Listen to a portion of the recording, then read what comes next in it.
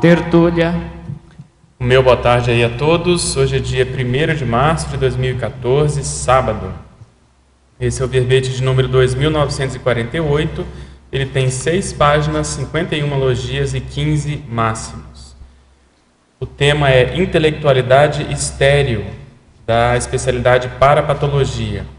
Quem redigiu o verbete com muito critério é o professor Douglas Montenegro, que está aqui barbaramente acompanhado de uma equipe fora de série. O professor Douglas, ele é biólogo, mestre em genética, graduando em Direito, natural de Curitiba, é voluntário da Conscienciologia desde outubro de 2011 e docente em Conscienciologia desde junho de 2013. Definição: a intelectualidade estéril é o estado ou condição de a consciência, homem ou mulher, mesmo apresentando pleno desenvolvimento cognitivo, manter-se inerte quanto aos atributos mentais somáticos e à produção gesconológica, tornando-se mera detentora de conhecimentos. O holopensene pessoal da improdutividade intelectual, o holopensene pessoal da despriorização, a autopensenização entrópica, a falta de grafopensenidade revelando a condição da intelectualidade estéril, a ortopensenidade grafológica demonstrando a quebra de barreira da intelectualidade estéril, os prioropensenes despertando a consciência para a produção mental somática interassistencial. A intelectualidade estéril, a timidez e a ansiedade dificultando a autoexposição intelectual, a desorganização consciencial impossibilitando a produção mental somática, a ausência de ânimo para iniciar projetos, a preguiça mental ocasionando os malefícios da zona de conforto, o medo de participar da prova geral de conscienciologia devido a possível hétero-julgamento, a vaidade intelectual em querer ser admirado pelos outros, a desconexão interveicular enervossoma-mental-soma, as companhias extrafísicas patológicas promovendo a manutenção da zona de conforto, o bloqueio do laringochakra, a descompensação do cardiochakra, os campos bioenergéticos terapêuticos do curso Extensão em Projeciologia e Conscienciologia 2, ECP2, o desassédio mental somático. Aqui na argumentologia, página 15, no tópico travões, ele traz 9 possíveis travões mantenedores da intelectualidade estéril. E na página seguinte, em terapeuticologia, ele traz 7 etapas capazes de auxiliar na remissão da intelectualidade estéril. Vale a pena dar uma olhada. Remissiologia dos 15 verbetes, nós destacamos aporte proexológico mental somático, defesa do verbete, desinibição laringochacral, recalque intelectual e síndrome da inércia grafopensênica. A intelectualidade estéril é parapatologia a ser superada pela consciência reprimida através da reciclagem holossomática, evidenciando indícios da inteligência evolutiva interassistencial. Você já transmite aos outros o aprendizado obtido na atual ressoma?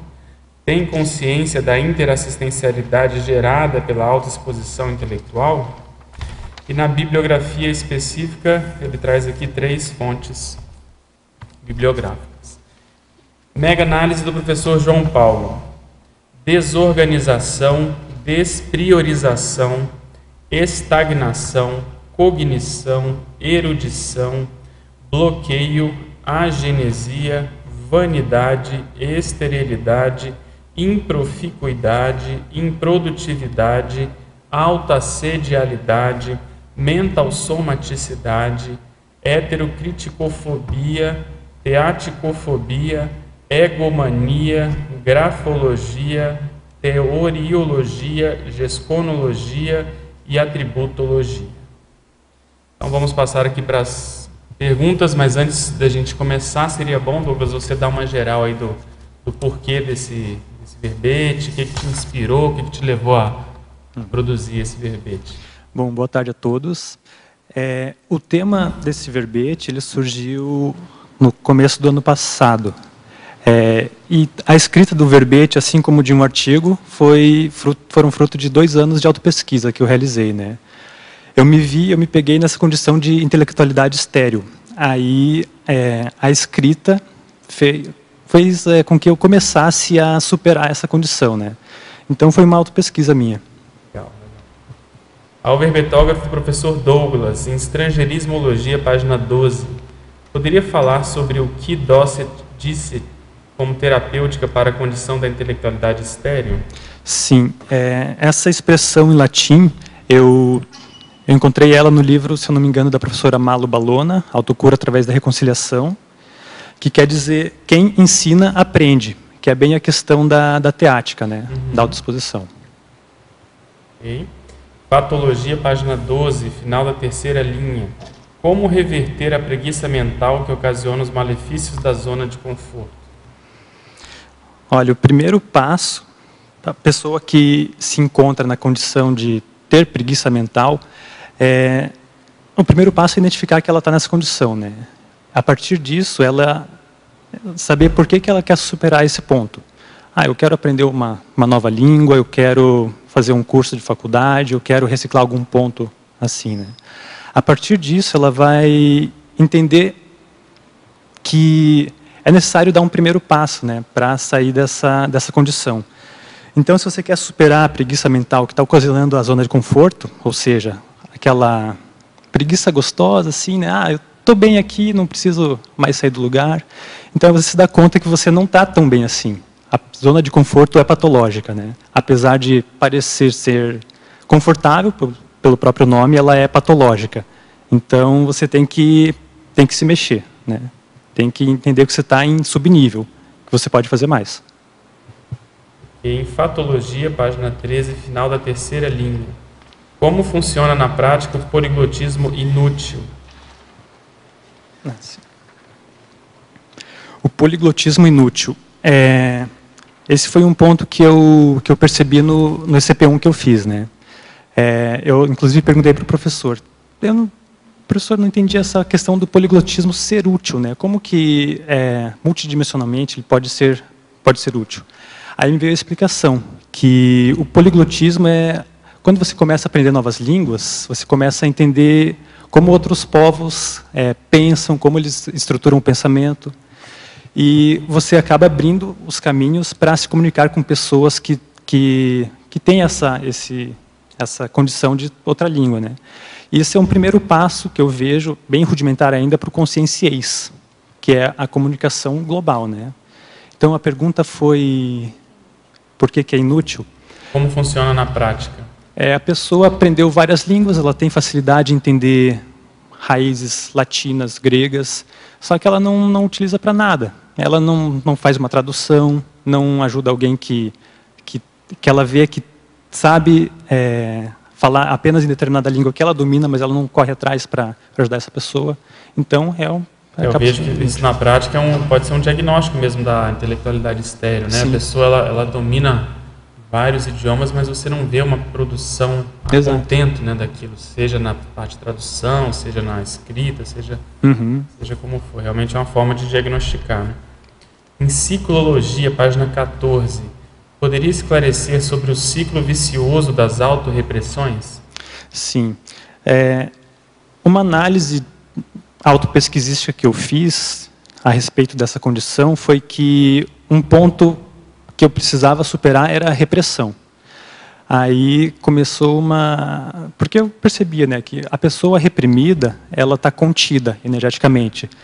E isso acaba gerando, em casos mais extremos, alguma somatização, alguma doença que vai surgir em algum ponto específico do corpo, né? Aí tem que ver caso a caso a pessoa. Mas a autorrepressão acaba gerando mais repressão. A pessoa se contém cada vez mais. É um crescendo autorrepressor, né?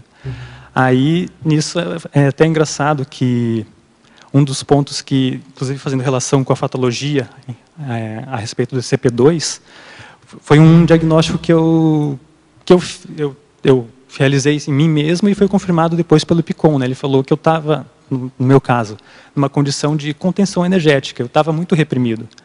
Tanto que, normalmente, as pessoas, os verbetógrafos que vêm apresentar o verbete aqui, vêm todo arrumadinho, de camisa. Eu decidi fazer o oposto, né?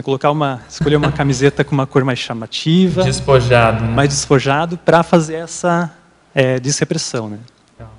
Agora, o homem é muito bom fazer a desrepressão pelo processo intelectual, às vezes, porque ele vai ter mais autoconfiança e depois Sim. ele chega no histrionismo. A partir daí, é uma boa técnica, né? Paradoxologia, página 14, segunda linha. A respeito do paradoxo de se sentir mal antes e bem após a autoexposição cosmoética.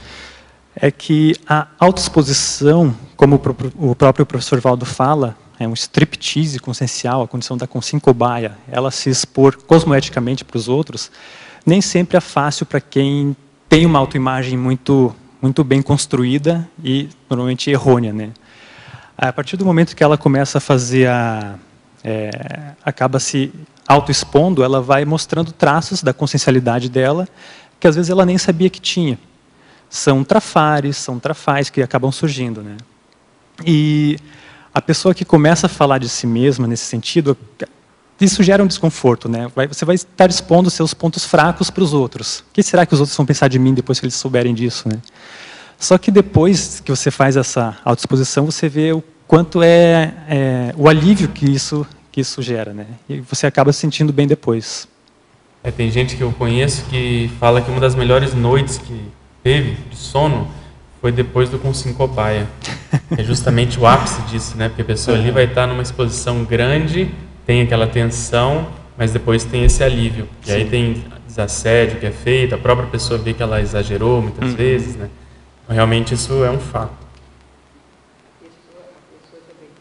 Ela sobreviveu, né? Isso, que não é nada demais, né? O impacto, ou a pseudo-vergonha, né?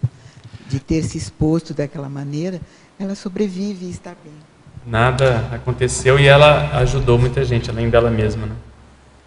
Professor Douglas, em Efeitologia, página 14, final da primeira linha, poderia explicar o efeito nocivo do orgulho e em seguida o efeito nosográfico da ansiedade? O efeito nocivo do orgulho. Esse ponto a respeito do orgulho foi inclusive trazido durante a revisão do verbete, né, que inclusive tem o verbete chamado prova de orgulho. E a pessoa que eu analiso, né, que é muito orgulhosa, ela é muito individual, muito individualista no mau sentido, né? Ela acaba se sentindo autossuficiente, que não precisa dos outros, ela tem o próprio orgulho para se colocar para cima, né? Isso é um efeito nocivo porque a pessoa acaba se isolando. Ela, na condição de orgulhosa, muitas vezes de perfeccionista também, ela se coloca na condição de não querer a ajuda dos outros, interferência dos outros, né? Porque eu tenho a minha própria imagem, eu sou assim e não preciso de ajuda. Aí isso é um processo de autoassédio que vai crescendo, vai gerando mais repressão, e repressão sempre é o ponto mais básico, está mais embaixo mesmo, né, nessa condição. Então, o orgulho realmente é nocivo, eu não vejo como o orgulho pode ser positivo, né? E às vezes a pessoa, se ela supera essa repressão na intelectualidade, mas não trabalha com orgulho, às vezes você vai ver a pessoa querendo ser dona de determinados assuntos, entende? Então, sim, a pessoa começa a ter uma intelectualidade e ela se acha dona daquela ideia, dona daquele assunto, dona daquela condição. Então, realmente tem que trabalhar as duas questões. E o efeito nosográfico da ansiedade, não sei se você comentou. Sim, a ansiedade. A ansiedade, ela é muito comum na pessoa que também quer se colocar no controle de todas as variáveis possíveis para a consecução de algum projeto. Ela está muito preocupada com o futuro. E, na realidade, não tem como a pessoa estar no controle de tudo. Por isso ela fica ansiosa. Tem alguma coisa que foge do controle dela. Ela não sabe o que esperar disso, né? E acaba ficando estagnada. Isso acaba gerando efeitos somáticos, né? Taquicardia, fica muito ansiosa, com confusão pensênica. Energeticamente a mesma coisa, o campo fica totalmente disperso e ela não consegue dar consecução linear a um pensamento, né? A respeito do orgulho que você comentou, Pedro, eu vejo também que isso acontece, só gostaria de fazer uma ressalva, que a pessoa que é muito inteligente, não necessariamente ela é muito mental somática. Isso quer dizer que ela tem o atributo da intelectualidade bem desenvolvido. mas outros podem estar falhos. Aí, isso acaba ocasionando uma desconexão do mental soma com o psicossoma dela.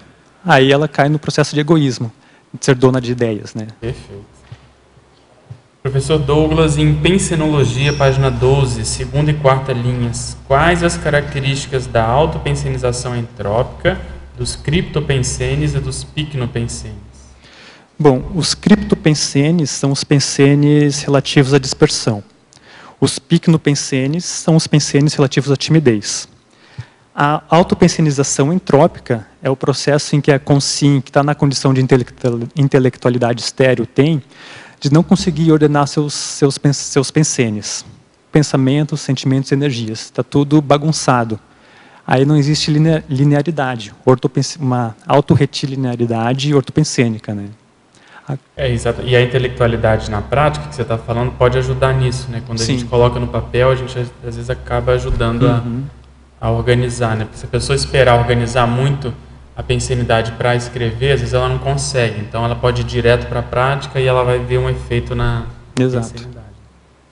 Em Fatologia, página 12, segunda linha. Como evitar a desorganização consciencial, impossibilitando a produção mental somática? Bom, essa desorganização consciencial, eu vejo que ela pode se dar em três vertentes. Desorganização de tempo, de espaço e de pensenes. A condição dos pensenes é a mais importante, né? Desorganização de tempo. A pessoa não tem tempo, não consegue manter alguns minutos que seja, uma meia hora, uma hora, para refletir, para escrever, para estudar, para pesquisar um assunto. Ela está muito dispersa. Em relação a espaço, ela não tem um espaço físico otimizado para fazer o trabalho mental somático. É muito entrópico também, né?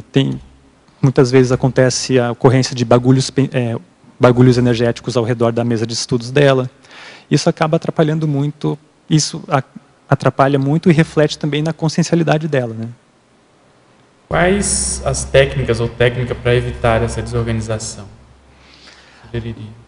Tem várias técnicas, né? Uma delas são os laboratórios aqui do CAEC. A gente tem o laboratório da auto-organização, auto-organizações.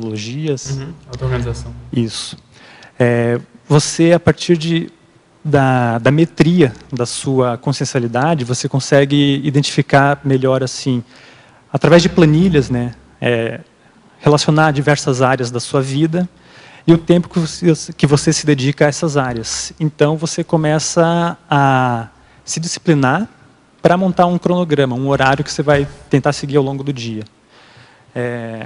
A respeito de desorganização também, você pode muito bem fazer uma limpeza, uma organização do seu quarto, do seu escritório, né? Outra técnica interessante é aquela que você comentou, de começar... eu não consigo pensar, meus pensamentos são muito bagunçados. Comece escrevendo, então. Vê como você se sai para construir uma frase. Ela tem começo, meio e fim, ela tem lógica. Você usa os conectivos da língua portuguesa adequados, assim você começa a analisar que você pode se organizar. Patologia, página 12, quarta linha. Poderia aprofundar as repercussões somáticas negativas advindas da intelectualidade estéril? Sim. As repercussões somáticas normalmente são aquelas da pessoa muito tímida, que ela tem o conhecimento, mas ela não consegue jogar esse conhecimento para fora de forma útil. Então, na hora de fazer uma autoexposição, de levantar uma pergunta, de fazer uma pergunta para alguém que está dando alguma aula, por exemplo, ela não consegue levantar a mão e se expor porque está com desorganização pensênica, ela está com taquicardia, ela está com sudorese nas mãos, aquele frio na barriga, né?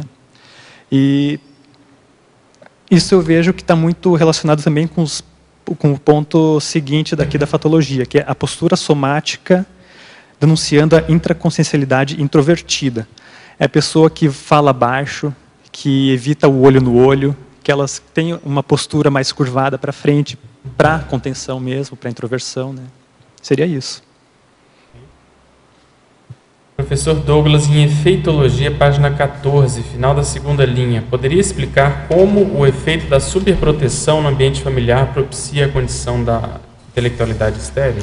Sim, eu vejo que existem muitas famílias em que normalmente o pai é a pessoa mais forte do lar, né? A pessoa que é responsável por tomar as decisões, é aquela pessoa mais enérgica. E isso acaba muitas vezes contendo os outros membros da família para não confrontarem, né, essa pessoa. Aí isso acaba é um efeito nosográfico, né? A superproteção não é positiva, apesar de aparentemente ser, né? Porque a pessoa que está, por exemplo, vou colocar uma filha que tem um pai superprotetor, a filha vai se sentir protegida, mas ela não vai ter as chances de confrontar, de se expor, de contra-argumentar essa figura mais impositiva dentro de casa, né? E eu vejo que a família é o primeiro contato com outras pessoas que a gente tem. Por isso que é importante que seja uma condição bem homeostática de disposição liberdade, franca, né? Né? Liberdade, isso. Patologia, página 13, quinta linha de baixo para cima. Poderia aprofundar o duplismo evolutivo estimulando a mental-somaticidade? Ah, sim. A técnica da dupla evolutiva, ela é fundamental para quem está interessado em evoluir. Isso já foi bastante debatido aqui, né? E, inclusive, tem o manual da dupla evolutiva, que foi escrito pelo professor Valdo. No ponto aqui, eu coloquei o duplismo evolutivo estimulando a mental-somaticidade na minha condição particular, né? Como todos sabem, a Bárbara é minha duplista, e a posição que a gente tenta ter quando a gente está junto é sempre de autoexposição franca, né? Sem melindres. E eu vejo que isso foi muito positivo, porque ela começou antes a estudar a Conscienciologia, fazer a autopesquisa dela, e ela escreveu um artigo, escreveu um verbete, escreveu o segundo verbete, e eu ainda nada, né? Aí fica aquela cobrança, né? Quando que você vai começar também, né? A Bárbara está despontando, e você? Aí isso foi bem positivo, né? Porque através da técnica da dupla evolutiva, existe esse abertismo para o bom humor, né? Não seria uma competição, mas seria uma forma de evolução junta, né? Estímulo, né? Um estímulo, exatamente. E no futuro até pensar em escrever junto mesmo, né? Um dítico, claro, que a gente chama, né? Um livro, uma coisa que tenha relação com a própria dupla, né? Bacana. Álvaro Betógrafo em Fatologia, página 12, final da quarta linha. Poderia exemplificar a postura somática denunciando a intraconsciencialidade introvertida? Você já comentou, mas vale a pena repetir. Sim, a pessoa que está muito introvertida, ela tem uma tendência de ter uma postura mais fechada, mais voltada a si mesma. Por isso ela evita o contato olho a olho na hora de fazer um debate. Ela normalmente fala uma voz mais fraca, gagueja muito, tem os ombros curvados para frente. Ela tem uma postura mais de fechadismo, né? Isso acaba denunciando o estado mental em que ela se encontra, a intraconsciencialidade dela. Página 12, Fatologia, sétima linha. Poderia listar os indicadores da superficialidade na autopesquisa e como superar esse travão? Sim. A superficialidade da autopesquisa, no meu caso, eu vejo que foi muito relacionada ao histórico que eu tive na Conscienciologia. Eu fiz o meu primeiro curso em 2011, foi quando toda essa nova realidade se descortinou para mim, né? Bioenergias, a multidimensionalidade, Consciex. E eu vi que o fundamental disso, que guiava todo esse processo, era a autopesquisa. Aí eu decidi fazer autopesquisa, né? Vou começar a anotar tudo que eu percebo, que eu vejo, que eu sinto.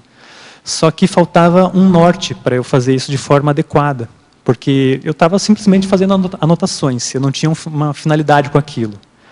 Aí o tempo passou, eu fiz o ECP1, aí eu vi que, usando uma analogia que eu utilizei para a apresentação do artigo, foi que eu estava estudando o oceano vendo de cima. Eu vi algumas ondas, uma marolinha, só que quando eu comecei a aprofundar mais, isso no caso do ECP1, eu vi que tinha uma realidade intraconsciencial minha que eu não sabia.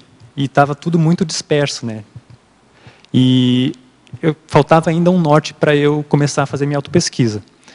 Ou seja, eu saí depois do ECP1 muito bagunçado, né? Intraconsciencialmente. Muito mexido. Muito mexido também. Aí decidi que eu precisava de mais esforço para me autoconhecer. Aí o tempo passou, mais um tempo, aí eu vim aqui para Foz do Iguaçu pela primeira vez, né? Foi quando eu fiz o curso com Cobaia. Inclusive, eu coloco mais à frente na fatologia, se não me engano, ou na parafatologia. Que o campo que acontece no curso com Cobaia, ele é muito mental somático e interassistencial, em que a pessoa vai ser esmiuçada de uma forma muito mais profunda.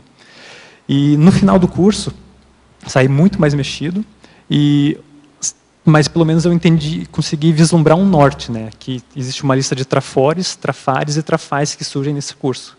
E foi quando eu comecei a identificar a minha intraconsciencialidade, minha conscienciometria, né? E nesse curso teve uma frase do professor João Paulo que me marcou muito, quando estava acabando o campo, né? Que ele disse: Douglas, você é um cara que recebeu muitos aportes, você é um cara inteligente, tem uma família bacana, só que está tudo muito estéril. Aí surgiu esse nome, né? Intelectualidade estéril. Então, eu vejo que, primeiro, eu aprofundei na autopesquisa e consegui um diagnóstico. A partir disso, eu comecei a fazer autopesquisa de fato, guiada para alguma finalidade, né? Parafatologia, página 13, final da terceira linha. Poderia expandir a descompensação do cardiochakra? Sim. Eu coloco que essa descompensação do cardiochakra está muito relacionada com uma desconexão também do mental soma com o psicossoma. Isso é denunciado durante as MBS. Eu tinha essa condição também, e quando eu tentava trabalhar a energia energia pulava do cardiochakra. Descia da cabeça até os pés, só que ela não passava pelo cardiochakra. Eu não conseguia sentir esse chakra, de fato, né? E isso foi bastante interessante porque eu usei como diagnóstico, porque agora eu entendo a condição da holossomaticidade. Eu vejo que o cardiochakra está muito relacionado com as emoções, com a conscienciofilia, com o fraternismo. Então, essa descompensação do cardiochakra mostrava que eu estava muito egóico, muito egoísta. Eu não estava me colocando no lugar do outro, conversando de forma mais franca com os outros. Faltava mais interassistencialidade da minha parte, né? Mais conexão e conscienciofilia com os outros. Isso eu diagnostiquei através do cardiochakra. Também na parafatologia, 8ª linha, poderia comentar sobre a dificuldade em rememorar o período extrafísico? Seria uma desculpa para não começar a autopesquisa? Olha, é possível. Eu coloquei esses pontos aqui em relação desde a falta de projetabilidade lúcida, a dificuldade em rememorar o período extrafísico, a ausência de projeciografia e de projeciocrítica e a importância do psicossoma, como os sintomas que a intelectualidade estéril tem em relação à projeciologia. Porque o acometido ele despreza o psicossoma, que é o veículo-chave para você ter a projeção, né? Mas eu vejo que é bem capaz, sim. A dificuldade em rememorar o período extrafísico tem relação com isso, né? Porque, apesar da memória, muitas vezes, no intelectual ser bem desenvolvida, ele não consegue fazer essa ligação entre paracérebro e cérebro. E o processo emocional entra muito nisso, né? Sim. Porque a projeção ela é muito explícita, né? Se a pessoa tem algum receio, algum medo, ela bloqueia, né? Em fatologia, página 12, 5ª linha, poderia exemplificar a voz baixa, evitando a assertividade na TARES? Sim, isso também está muito relacionado com a postura somática, porque a pessoa que, na 5ª linha, né? Baixo para cima. A voz baixa evitando a assertividade na TARES. Imagina um professor de conscienciologia que não consegue se posicionar.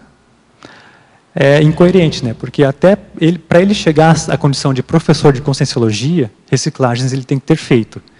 E se ele não tem força presencial, é difícil ele conseguir se posicionar, ele ter autoridade moral perante uma sala de alunos.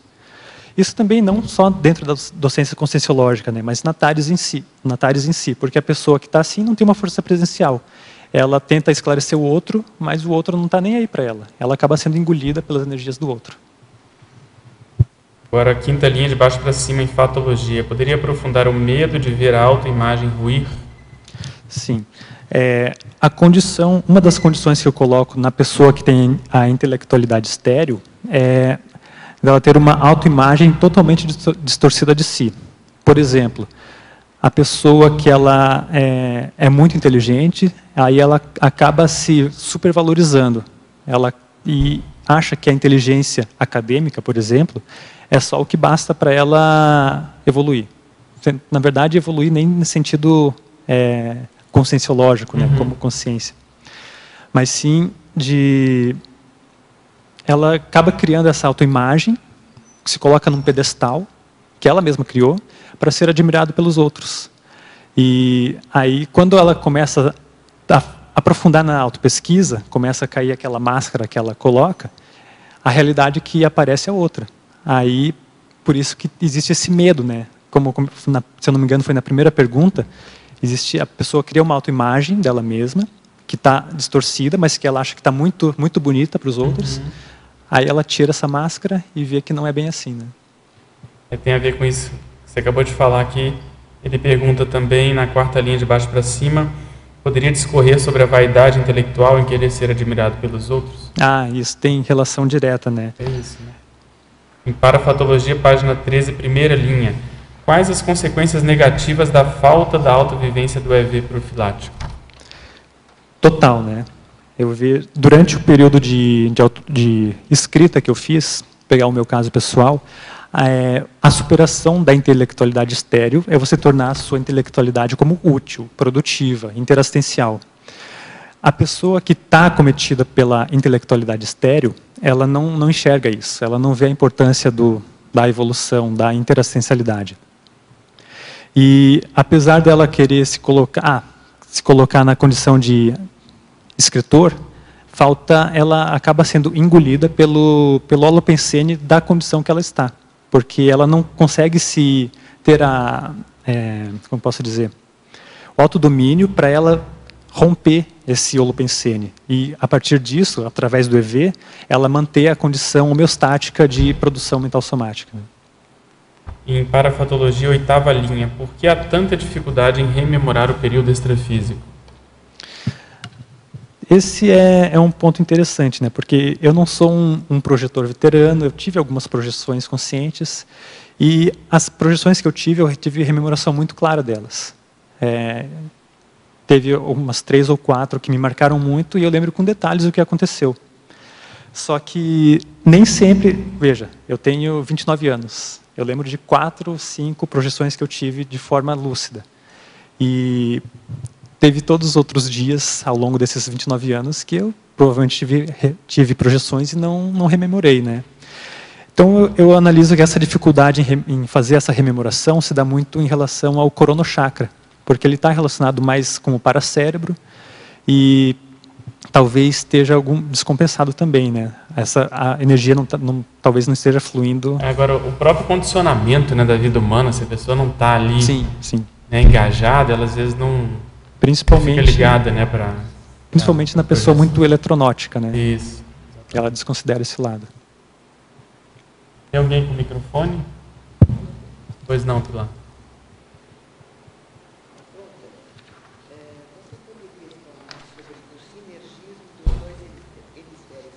Pode repetir, Pilar, porque acho que não gravou. Né? O microfone está desligado.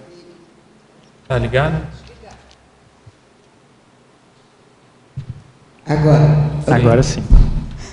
O sinergismo dos 2 hemisférios cerebrais e, em seguida, associar ao sinergismo prejudicial da desordem pensênica. Sim. Os estudos de neurologia mostram que o nosso cérebro, anatomia, né? Nosso cérebro tem 2 hemisférios, o esquerdo e o direito. Eu não me recordo agora qual tem as características específicas, mas um deles é mais voltado para o raciocínio lógico, para a linearidade. O esquerdo, né? O esquerdo é nesse sentido, para a matemática.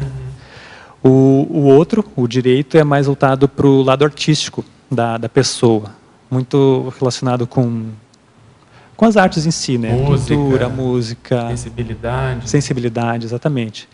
E nós temos esses 2 hemisférios que devem trabalhar em conjunto para nossa manifestação ser una, ser integral, né? Então eu vejo que um hemisfério pode ajudar o outro. A questão é você condicionar a si mesma a utilizar esses dois hemisférios, dando atenção para todos os lados, né, da consciência.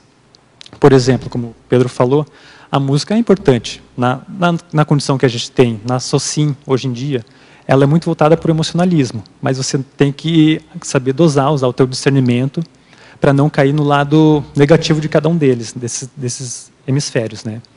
Então eu vejo que, de forma homeostática, esses dois hemisférios forem utilizados, a consciência como um todo vai ser melhor manifestada. E o outro ponto, Pilar, que você comentou, qual que é? Sinergismo prejudicial da desordem pensênica. Sim. Pode ser uma consequência, né? Pode ser uma consequência, mas falando individualmente desse ponto, eu vejo que os pensenes são um conjunto de pensamentos, sentimentos e energias. Cada pensamento e sentimento que a gente tem apresenta uma carga energética também. Essa carga energética, quando ela está entrópica, ela vai ser sinérgica e vai aumentar cada vez mais, né?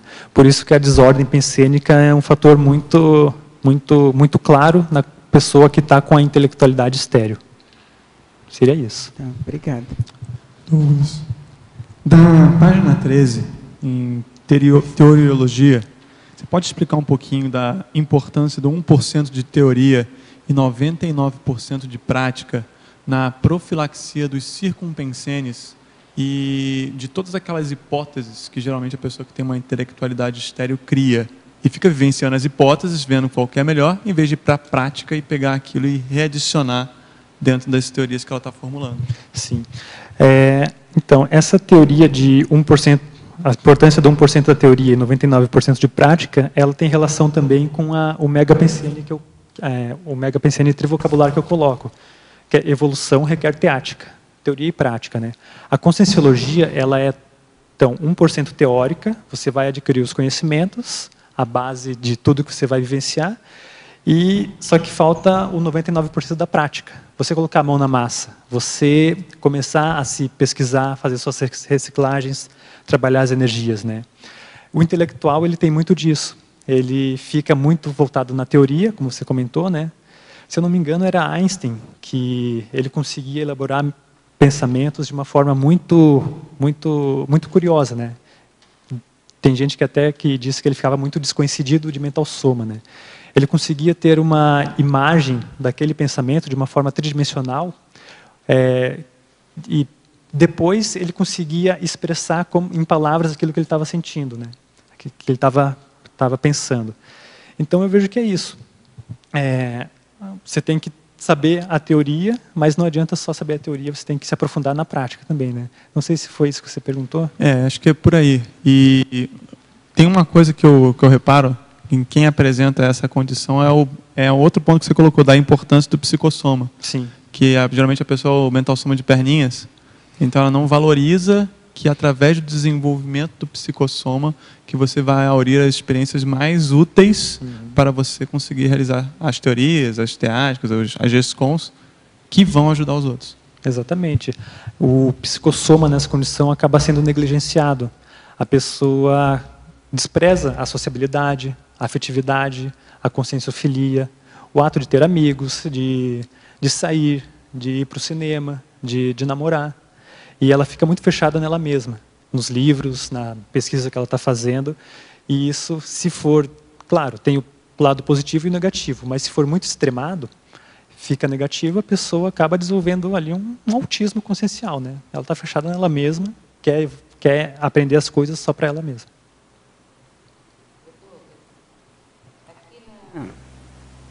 Alô? Oi. Tecnologia, na página 13, você fala da técnica da autorreflexão de 5 horas. Sim. Eu gostaria de saber como é que foi sua experiência, se você colocou essa técnica em prática, se ela foi importante para a elaboração do verbete, para a sua autopesquisa, como é que foi a sua experiência com essa técnica?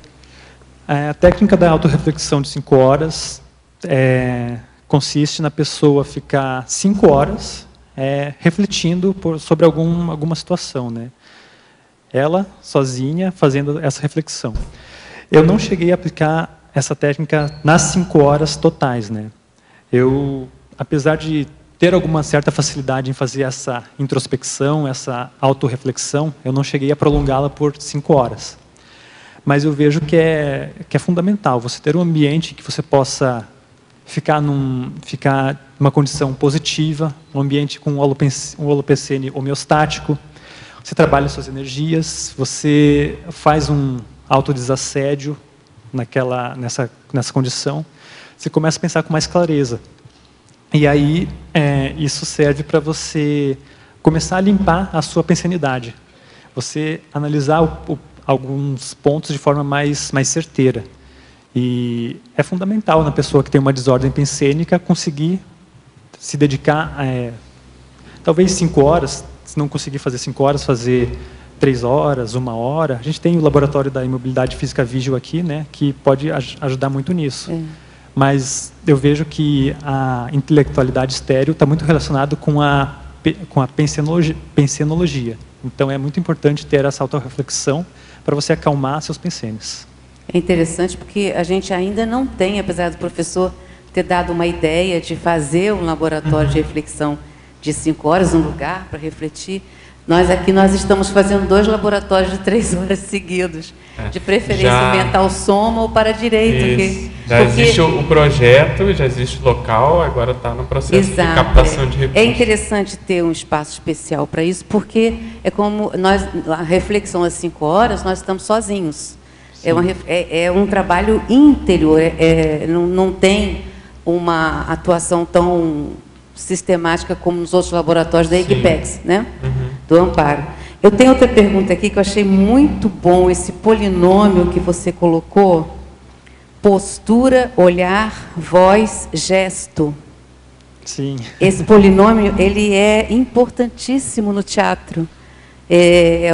A base, o alicerce do trabalho teatral é em cima desse polinômio. Eu achei muito interessante porque como é que você vê esse polinômio? Como é que você coloca ele em prática? Como é que você traduz isso aqui para a gente? Não, ele é fundamental, né? Porque as reciclagens começam, as recins mais profundas, elas envolvem todo o holossoma da consciência, né? Esse polinômio aqui revela muito a somaticidade, o soma dela, né? Não só em termos de saúde, mas sim da condição intraconsciencial que ela está. A pessoa que tem uma postura ereta, que ela tem a coluna bem firmada, ela tem um olhar mais penetrante, uma fala mais forte, ela denota muita força presencial. Claro, no teatro isso deve ser fundamental, né? O ator saber se expressar. Mas eu vejo que ele é uma terapêutica também para quem quer começar a falar em público. Analisar como se sai, seria, dependendo do caso, né, a pessoa tirar uma foto dela, pedir para alguém tirar uma foto de como ela está fazendo uma apresentação e analisar se esse gestual que ela apresenta é adequado, né? Douglas. Oi, Keiko. Na parafatologia, página 13, você traz 2 condições aí da exteriorização de energia. Na 5ª linha, a dificuldade na exteriorização de energias conscienciais, que é uma condição patológica, né? E depois, na antepenúltima linha, a soltura energossomática, evidenciando a superação do fechadismo consciencial, né? Que já é uma superação, né, dessa condição anterior. Esses 2 pontos aqui surgiram para mim no último CP2 que eu fiz, lá em Curitiba, que foi com o professor Mário, que foi bem interessante, né? No segundo dia, no primeiro, não lembro agora, mas no debate, eu levantei o braço porque eu queria fazer uma pergunta para ele, né? Falei, professor Mário, eu não gostei da resposta que a Consex me deu. Eu perguntei para ela como que eu poderia trabalhar melhor minha interação energética com meus alunos em sala de aula. E ela falou para eu ser mais criativo. Aí o professor Mário deu uma olhada assim, falou para a Bárbara, Bárbara, vamos analisar como que está o nosso colega aqui. Eu estava totalmente formal, né? Estava de camisa abotoada, por dentro da calça, assim, o cinto aparecendo. Aí ele começou, Bárbara, o que você mudaria no nosso colega? Daí ela, vamos lá, desabotoar essa camisa, né? Aí eu desabotoei a manga aqui, as 2 mangas, arregacei. O colarinho também, tirei a camisa de dentro da calça, baguncei meu cabelo. Aí foi bem isso. Com 5 cobaia na prática. Com 5 cobaia na prática, né? Porque o diagnóstico que o professor Mário fez na hora foi que eu estava muito contido energeticamente. A minha postura no dia a dia era essa. Isso denotava vários traços meus, né? Aí, com base nisso, eu percebi que eu consegui, com essa mudança, né? Foi interessante. Depois do intervalo, eu subi para o quarto, troquei de roupa, voltei. As pessoas começaram a conversar comigo, puxaram um assunto. Ou seja, já estava havendo uma troca energética maior, né? Eu vejo que isso é fundamental, então, esses dois cotejos, né? O bloqueio energético e depois a soltura energossomática. É interessante, né? Bem sutil, mas é uma questão de escolha, né? E faz uma diferença muito grande, né? Sim. E aí eu gostaria que você falasse também, no voluntariologia, os 2 últimos itens, achei bem interessante, o voluntariado conscienciológico, alavancado na superação pessoal, e o voluntariado proporcionador da convivialidade sadia. Sim. Eu posso, inclusive, contar minha história quando eu comecei a voluntariar, né? Minha trajetória dentro do IPC Curitiba. Eu comecei dentro da área, fui colocado dentro da parte de cadastro.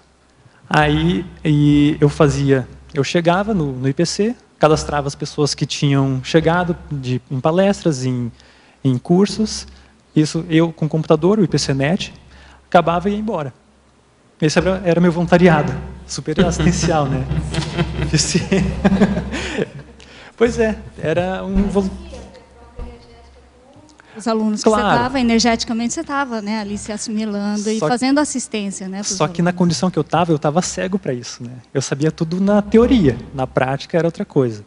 Aí o tempo passou, eu fui alocado para a área de vendas. Nossa, aí foi um super desafio para mim, né? Eu tinha que ligar para as pessoas e vender um curso de conscienciologia. Eu nem conseguia falar sobre isso com os meus colegas, né? Aí eu teria que falar para estranhos alguma coisa relacionada com o CIP, com projeção, com bioenergias. E foi bem impactante para mim. Eu fiquei 1 ano voluntariando nessa área e foi muito importante porque isso catalisou as reciclagens que eu precisava fazer. Eu precisava conversar com os outros, ter esse domínio para me posicionar para vender produtos conscienciológicos. Isso acho que, se eu não me engano, o verbete do Igor Habib, né, o venda interassistencial. Né? Isso, venda interassistencial.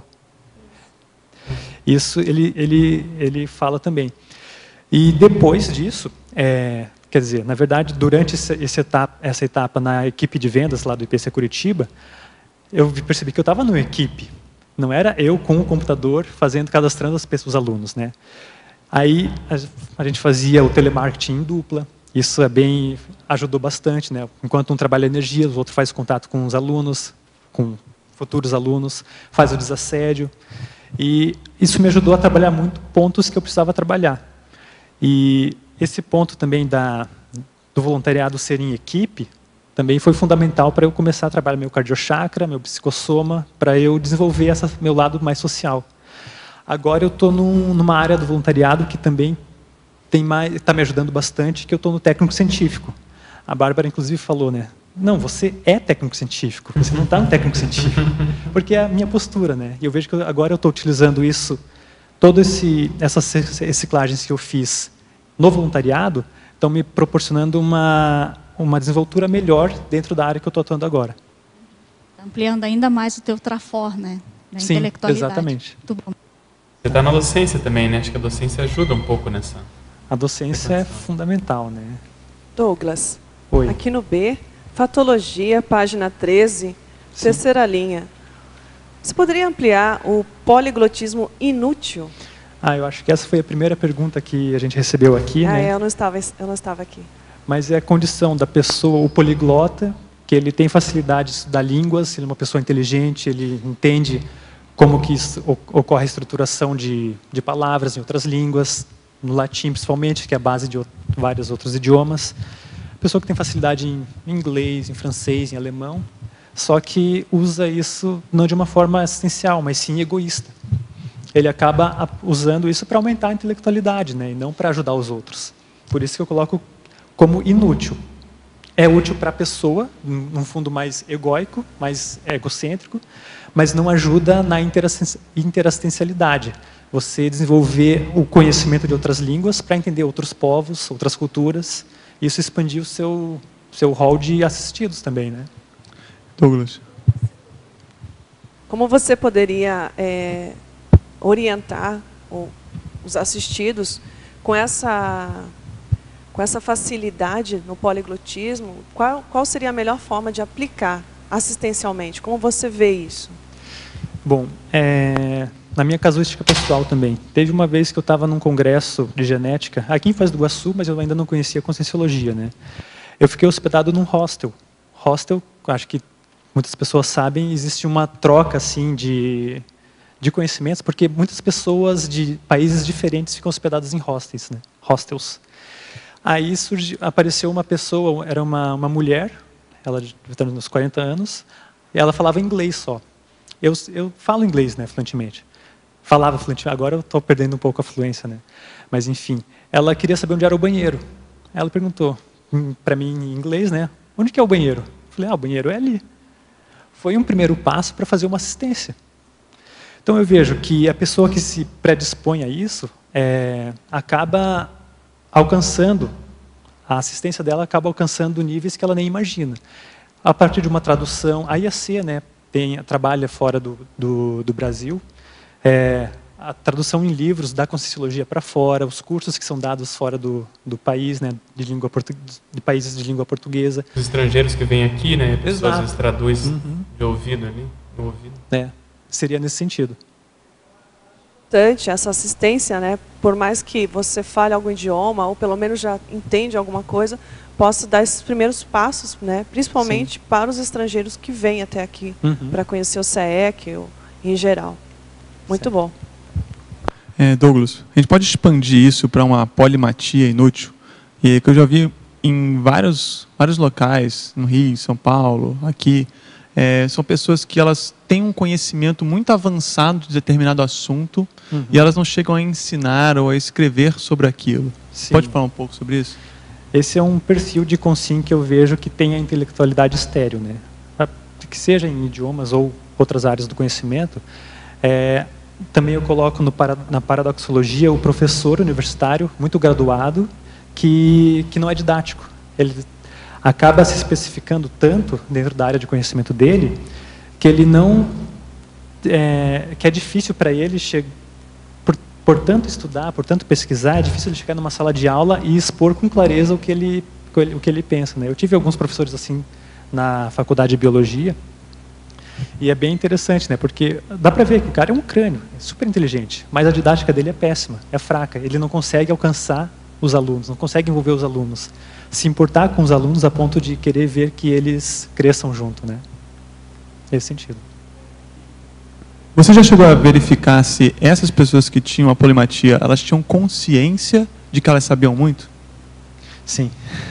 Acho que em geral sim, né? Em geral o cara sabe. E não faz muita questão, né, de mudar, né? Não sei se pode generalizar, mas pelo que eu percebo também, acho que é aquela questão da autoexposição, né? Eu lembro dele que estava comentando aqui da pessoa expor e descobrir que tem certos trafores. Exato. Eu já vi várias pessoas que são excelentes em um determinado assunto e elas não valorizam aquilo, né? E como não valorizam, elas não têm como passar para frente. Eu vejo que tem muito a questão da autoestima, né? Está muito influenciada nisso também. Porque a pessoa pode ser muito inteligente, mas pela condição do psicossoma dela não ser bem trabalhada, ela tem uma autoestima muito baixa, um emocionalismo muito exacerbado, né? E acaba se colocando para baixo. Isso pode acontecer também. Fiquei pensando, há pouco você falou do Einstein, né? A questão do pensamento dele com imagens, é uma espécie de sinestesia, uma espécie de pessoa pensar, isso, né, e reproduzir as imagens. E eu fiquei pensando que as pessoas que têm essa relação, que têm essa possibilidade, de uma certa forma, ajuda a fixar mais o pensamento. É como se a imagem corroborasse com aquilo, né? Então, é interessante esse ponto. Então, tem o nível de intelectualidade dele, mas tem isso também corroborando com as fixações das neo-ideias dele, né? E também eu queria te perguntar, na página 16, na tua listagem, terapeuticologia, o item 5, se pudesse falar mais, uma palavrinha aqui muito bacana. Item 4, não o item 5. O item 4? Isso. A sustentabilidade. Tá. Item 4, sustentabilidade. A manutenção da vontade de fazer a viragem da intelectualidade estéril rumo à intelectualidade produtiva requerendo o início da autossustentabilidade energética. Bom, o processo que eu fiz para escrever esse verbete foi... Eu estava aqui em Foz do Iguaçu, aí eu estava muito animado com autopesquisa, eu queria escrever um verbete, né? Aí surgiu a hipótese de colocar intelectualidade estéreo, fiz a definição e enviei. Aí voltei para Curitiba, sou de Curitiba, né? E eu até coloco que um dos travões é a mesologia, né? Os efeitos patológicos do holopensene da cidade, levando em consideração a história do local e reflexo nos conterrâneos. Então eu vejo que está muito relacionado esse ponto com minha casuística, né? Porque eu precisava manter essa postura, essa condição que eu estava aqui em Foz, lá em Curitiba. E o que faltava para eu manter isso que eu estava me propondo a fazer, que era escrever, era uma sustentação, um domínio energético mesmo. Eu precisava manter a homeostasia energossomática. Eu precisava blindar meu quarto, para não ser engolido pelo holopensene do fechadismo, que é característico de Curitiba, né? Essa era a próxima pergunta. Você falar do holopensene curitibano. Pois é interessante. Qualquer pessoa que não é de Curitiba, que vai para Curitiba, o que ela fala do curitibano? O curitibano é um povo fechado, né? Essa é a palavra mais característica, né? Isso tem muito a ver com a história do local, a colonização, os povos que colonizaram Curitiba, né? Eu não sou um conhecedor da história da cidade, mas eu vejo que existe muito descendentes de ucranianos, de alemães, de povos que têm essa condição de uma introspecção maior, né? Mais da intelectualidade às vezes. E isso acaba dificultando o relacionamento do curitibano com outros curitibanos, né? Pessoa que está num ônibus, ela vai entrar num ônibus, vai sentar pessoas do lado dela, e ela vai descer do ônibus sem nem dar um bom dia, um com licença, um como vai, né? É isso. Agora, mais uma coisinha. Você falou há pouco do fato de não trocar, não conversar. Então, sim, você traz a autossustentabilidade. Eu te pergunto isso porque, às vezes, as pessoas podem pensar que a autossustentabilidade é ela bancar um nível de escrita e uma pouca interação. Então, você trouxe bem aí, queria que você falasse mais sobre a necessidade da interação para ajudar nessa troca. Porque às vezes a pessoa pode até achar que está interagindo ela e o livro e ela, enfim. Né? Mas não está, né? Claro, depois que o livro estiver pronto, que ela tiver os leitores dela, os leitores vão... De uma certa forma. De uma certa forma, né? Só que o que vai acontecer? Os leitores vão procurar o escritor. Aí ela vai ter que interagir com esse público, né? Então, é nesse sentido. Ok. Não dá só para escrever, né? Tem que falar a respeito. Um ponto importante que eu coloquei também foi a escrita de artigos, né? Tem até o Crescendo, que é o artigo, verbete, livro e megagescom. Pelo menos, eu não sei como são as outras ECs, mas o IPC tem o seminário de pesquisa. Pelo menos lá em Curitiba, todo mês, 2 ou 3 pesquisadores vão apresentar um artigo que escreveram.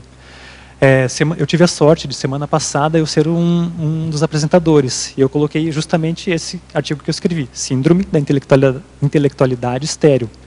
E tinha um público lá de 20 pessoas. Eu estava realizando essas interações, né? Eu estava fazendo essa troca. Isso é a vantagem do verbete também, né? Isso aí, muito bom. Obrigada. Vamos ver aqui. Em Travões, página 15, poderia falar do item 2, bloqueios? A existência de bloqueios energéticos, principalmente no laringochakra e no cardiochakra, tornando o diálogo intelectual tarístico difícil com as demais consins. Como você superou os travões no laringochakra e começou a ser claro na sua taris? O começo do desbloqueio laringochakral, para mim, foi, dessa vez, no primeiro curso CP2 que eu fiz. Foi ano retrasado. O EPICOM foi o professor Hernandi. Quando eu estava fazendo o acoplamento com a Consciex, ela pediu para eu aproximar o laringochakra. Aproximei o laringochakra e recebi uma energização, uma exteriorização mais forte nessa região, né? E, claro, na hora eu estava muito... Eu ainda não tinha uma sensibilidade energética maior, eu não entendi direito o que estava acontecendo. Eu sabia que eu era uma pessoa tímida, mas eu não sabia que eu estava com o meu laringochakra bloqueado. Eu vejo que esse foi o primeiro ponto primeiro passo que eu tive para fazer esse desbloqueio no laringochakra, né? Aí, claro, ele desbloqueado, é necessário fazer toda a questão da sustentação energética, trabalho de energia, estado vibracional, exteriorização por todos os chakras para você manter essa condição homeostática nele. E depois, a partir disso, eu decidi entrar na docência na Conscienciologia. E eu vejo que foi um crescendo. Primeiro eu tive o desbloqueio energético, para depois entrar na terapêutica mesmo, de eu fazer a minha autoterapia, né? De, através da docência, estar sempre com esse chakra em dia, né? Bombando. Tem que ter manutenção, né? Senão a tendência é voltar, pode ser voltar ao que era. Sim. Em Terapeuticologia, página 16, item 3, terapias. A busca por diversas formas de promover a autoexposição, verbal ou escrita, poderia citar algumas terapias para promover a autoexposição? Bom, esses dois tópicos que eu coloquei, tanto os travões quanto a terapeuticologia, eles são relacionados intimamente à minha autopesquisa. A terapeuticologia, aqui eu coloco 7 passos, foram 7 etapas lógicas, cronológicas que eu segui para fazer essa superação, né? No caso, depois quando eu reconheci que eu tinha a intelectualidade estéril, eu percebi que eu precisava, não adianta nada ter a condição identificada e não fazer nada a respeito dela, né? Eu precisava adquirir formas de me curar dessa patologia. Foi aí que surgiu a condição não a condição, mas a situação de eu decidir escrever um verbete, de eu começar a escrever um artigo de autopesquisa, de eu entrar em sala de aula. Eu faço faculdade, né? Eu começar a perguntar mais durante as aulas da faculdade. O ato de simplesmente levantar a mão e perguntar o que o professor acabou de falar com palavras diferentes, ajuda, num primeiro momento, para a pessoa que tem dificuldade em fazer essa Exposição, né?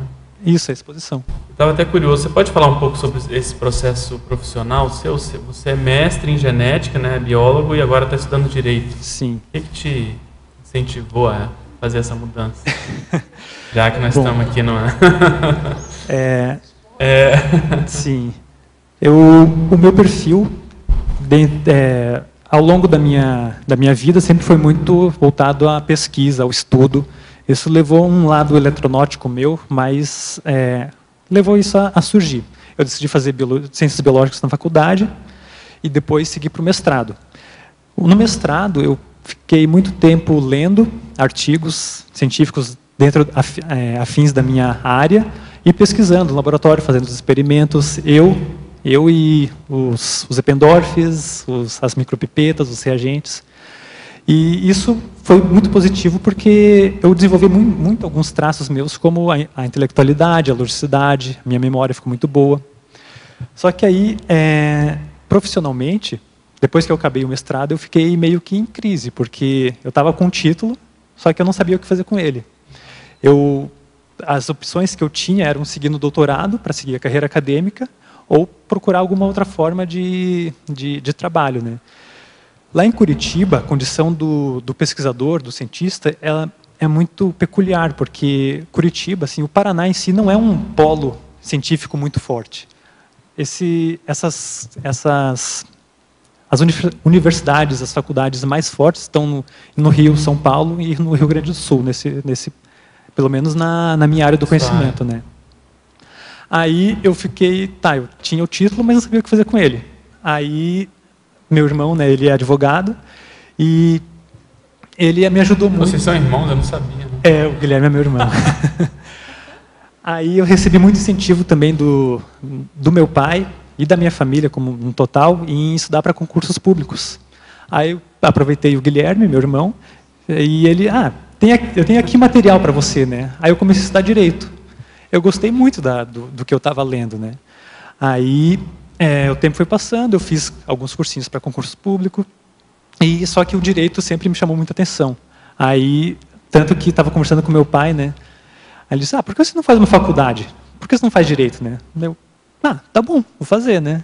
Aí fiz o curso, fiz o vestibular, acabei passando em 5º lugar, imagina. E estou agora nessa condição, né?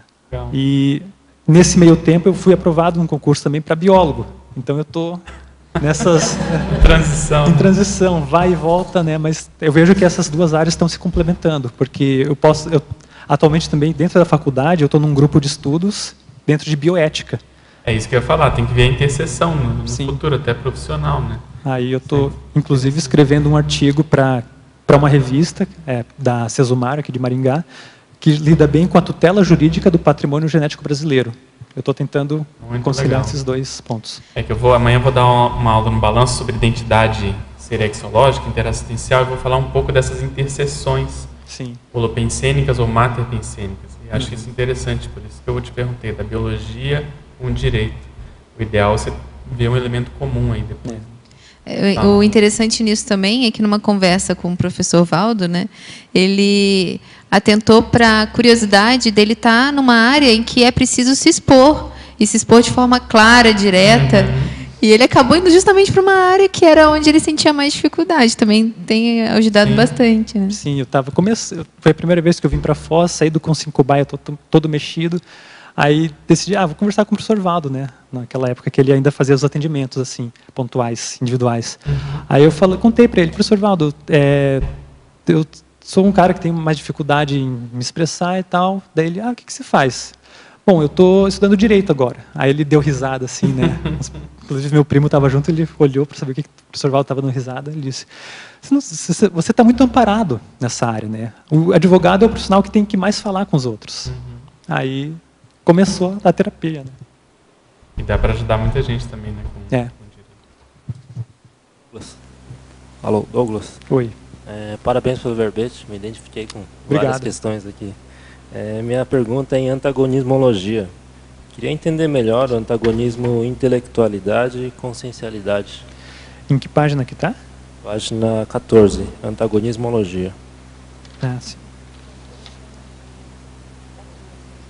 Mais ou menos no meio ali, né? Tá. O antagonismo, intelectualidade e consciencialidade. Isso. Bom, a intelectualidade é um dos atributos do mental soma, junto de outros que são bastante importantes também, como eu já comentei alguns, né? Associação de ideias, imaginação, memória, discernimento.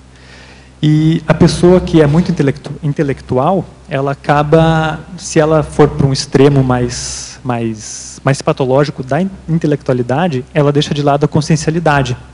Ela não se vê como consciência, né? Que consciência holossomática, que ela tem veículos da manifestação, que ela tem um psicossoma para trabalhar também. Não basta desenvolver apenas um atributo do mental soma para ser mental somático, para ser evoluído. É um conjunto holossomático que deve ser trabalhado, né?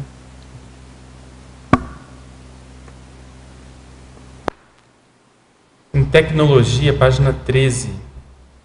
Última linha. Poderia ampliar a técnica da exaustividade relacionando com o tema? Sim.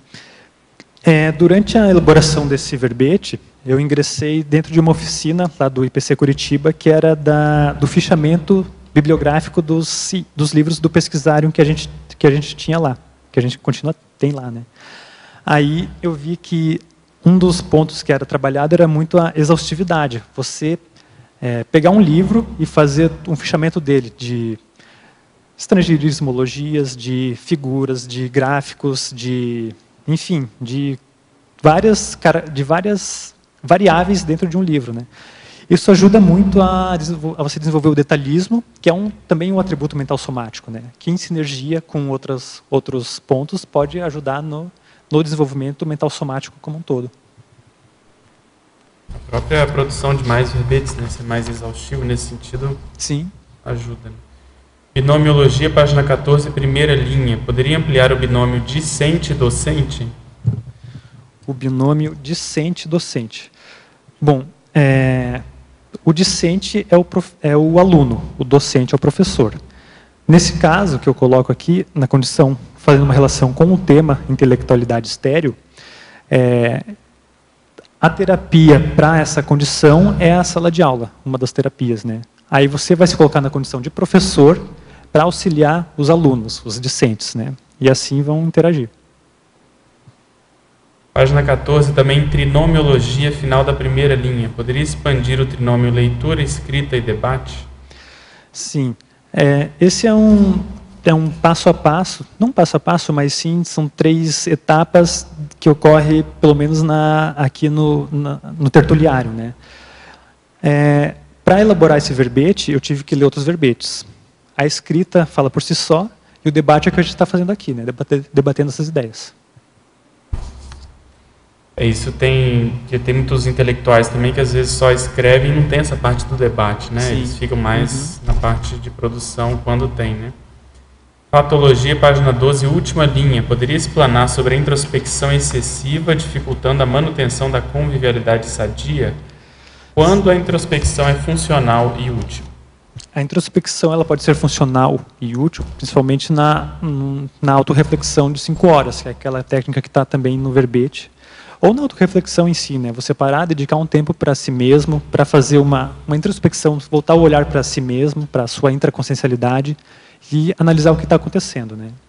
Quando esse ponto é excessivo, você fica muito fechado em si mesmo, se analisando, você deixa de conviver com os outros. Porque você está em uma casa, por exemplo, você está com a tua família. Tem você, teu irmão, teu pai e tua mãe. Você está no teu quarto fazendo uma introspecção. Nos outros cômodos estão as outras pessoas, estão interagindo ou não, mas estão lá, tão passivas, tão dispostas a interagir com você, né? Mas se você ficar fechado, você não vai ter essa interação. Lembrando também que é o grupo karma, né? Que você está ali para interagir com eles, para fazer assistência, né? Em Parafatologia, página 13, final da 5ª linha. Quais as causas da dificuldade na exteriorização de energias conscienciais? Esse é o que a gente falou bastante, né? Só que a raiz disso é a repressão, a autorrepressão, que vai acabar se refletindo no soma, no energossoma, principalmente, porque você não consegue fazer essa exteriorização energética, você não consegue colocar energia no que você está falando, no que você está fazendo, e isso reflete também no modo de você se vestir, de você falar com os outros, de você interagir com os outros, né? Seria isso. Douglas, em efeitologia, na página 14, você coloca o efeito da criatividade ao lidar com a imprevisibilidade. Qual que é a relação desse efeito com o tema do verbete? Você sendo criativo, você vai buscar formas diferentes de fazer alguma coisa que você já faz de um modo muito igual. Por exemplo, dar aula. Você dá uma aula quadradinha, você vai chegar em sala de aula, você vai expor o assunto, introdução, desenvolvimento, conclusão, acabou a aula, fica nisso. Com a criatividade, você vai adicionar elementos a mais. Você vai colocar um vídeo, você vai usar exemplos diferentes, você vai buscar formas diferentes de fazer essa interação, de passar o conteúdo para os outros. Aí você vai acabar gerando neossinapses suas, né? E é um efeito positivo, porque você, através da criatividade, você vai... o ponto aqui que eu coloco é o efeito da criatividade ao lidar com a imprevisibilidade. Você colocando fatos diferentes na sua aula, usando isso como exemplo, você vai fazer com que os alunos reajam de uma forma diferente. Os alunos reagindo de uma forma diferente, você vai ter que saber argumentar conforme eles querem, conforme eles estão agindo, né? Por isso que é um efeito positivo. Você ser criativo, você vai gerar situações diferentes para as quais você vai ter que se adaptar.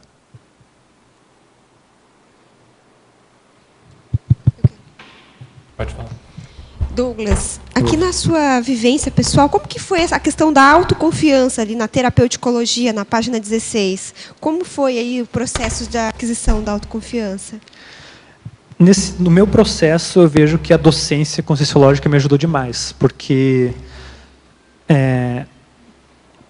num primeiro momento, na primeira aula treino que eu fiz ainda no comecinho, eu cheguei com a postura. Aula treino, para quem não sabe, é você, candidato à docência, vai dar aula sobre um assunto, no caso do CIP, o curso integrado de projeciologia, para 2 professores orientadores veteranos. A primeira aula treino que eu fiz, eu cheguei com a postura de passar o conhecimento que eu tinha para esses alunos, né? Alunos, professores. Aí o resultado foi um desastre, né? Todas as condições da intelectualidade estéreo voltaram com força total. Eu fiquei antagônico com eles, eu queria desistir do voluntariado, já que não era bom o suficiente, eu me coloquei muito para baixo, me coloquei muito no papel de vítima.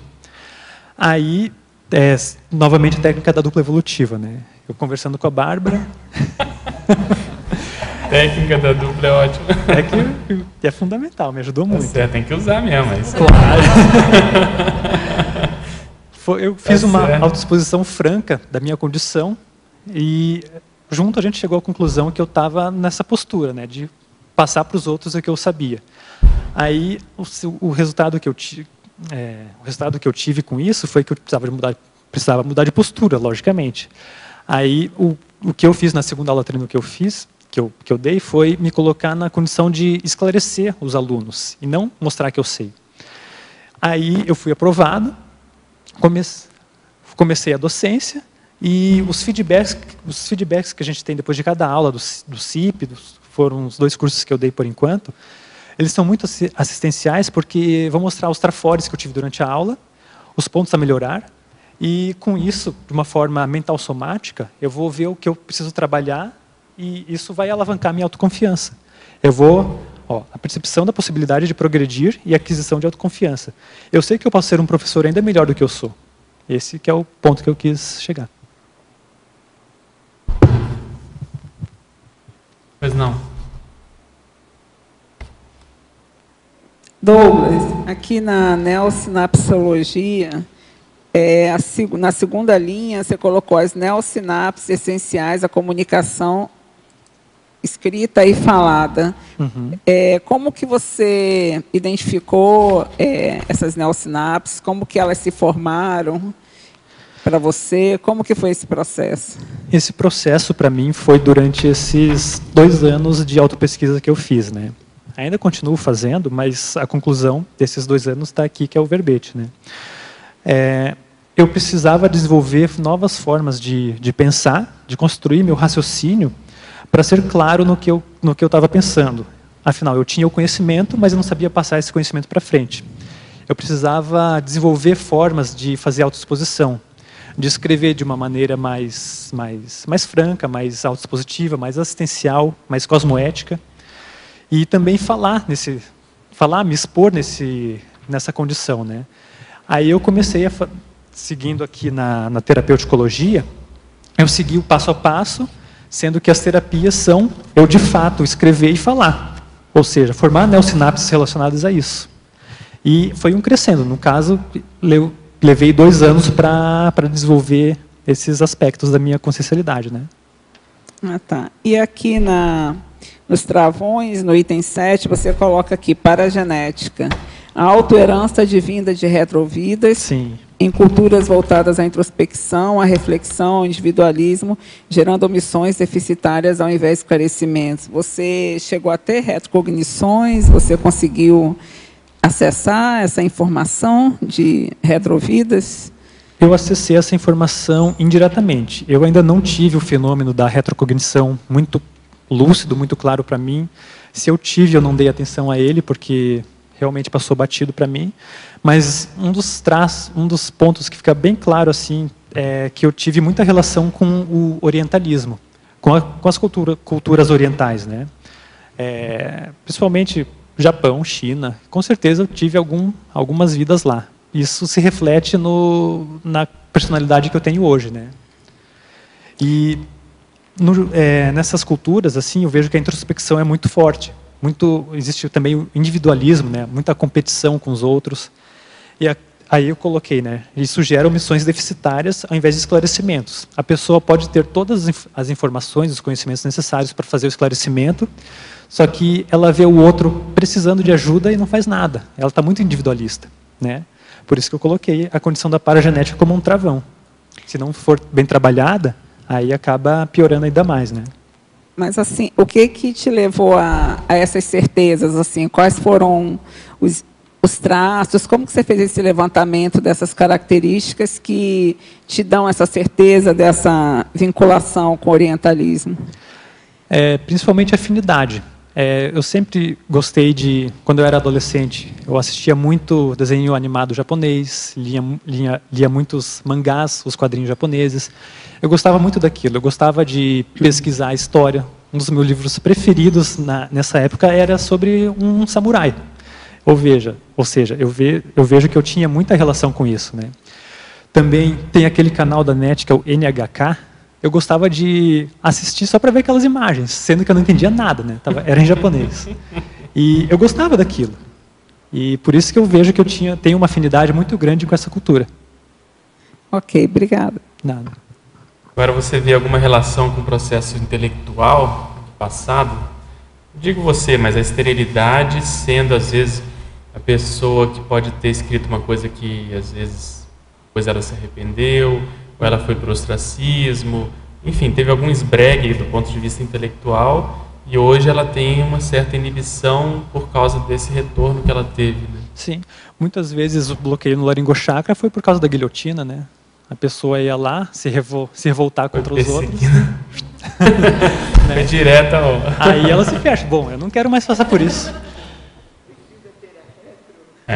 Às vezes nem precisa. A retro é importante, né?